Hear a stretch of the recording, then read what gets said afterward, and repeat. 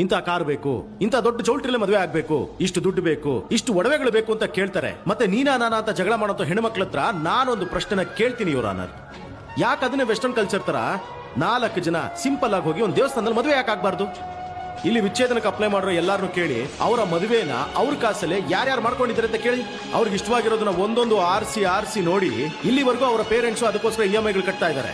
ಒಂದೊಂದು ರೂಪಾಯಿನೂ ನನ್ನ ಕೇಳಿನೇ ಖರ್ಚು ಮಾಡಬೇಕು ಅನ್ನೋದು ಅವ್ರ ಧೀಮಂತನ ಆದ್ರೆ, ಕಷ್ಟಪಟ್ಟು ಬೆವರು ಸುರಿಸಿ ಸಂಪಾದಿಸಿರುವಂತ ದುಡ್ಡನ್ನ ಕುಟುಂಬ, ಹೆಂಡತಿ, ದುಡ್ಡು, ಕಾಸು, ಓದು, ವಿದ್ಯಾಭ್ಯಾಸ, ಮಾತ್ರೆ ಖರ್ಚು ಎಲ್ಲದಕ್ಕೂ ಖರ್ಚು ಮಾಡಿರ್ತಾರೆ. ತನಗೋಸ್ಕರ ₹1 ಸರಿಯಾಗಿ ಖರ್ಚು ಮಾಡ್ಕೊಳ್ತಿರೋಂತ ಒಬ್ಬ ಗಂಡು ಕೂಡ ಅಮಾಯಕನೇ ತಾನೆ ಮೇಡಮ್?